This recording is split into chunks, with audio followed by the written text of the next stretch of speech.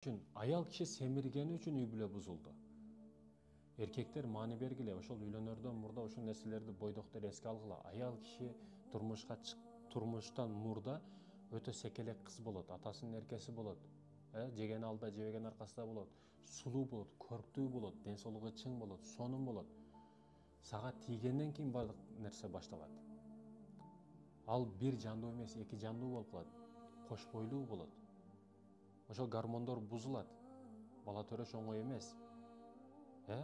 Бир кичинекей врач келип укол сайса канчалык ачтырып бир башкача болуп кетесиң. Бала төрөш бул өзгөчө азап.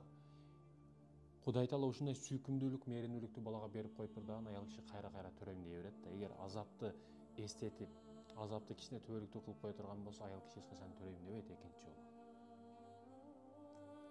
Ошондой экен эркектер ушул маселени эске алгыла. Семиз экенсиң, сен мурда башкача элең. Мурдагы деген нерсени колдонма, себеби сен дагы мурдагыдай болгон жоксуң.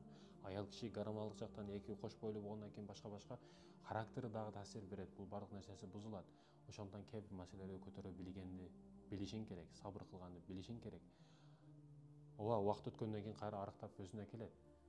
Ага сен жардам беришиң керек. Анан кайра тескери сөздөрдү айтып, семирип кеттиң, сулуулугуңду жоготтуң, көрктүүлүк фигураң жок, паланчанын аялын кара, түкүнчөнүн аялын кара деп башкаларга салыштырып, абжип катындан дагы беттер ылдый түшө турган болсоң, анда урматтуу мекендешим, ажырайсың.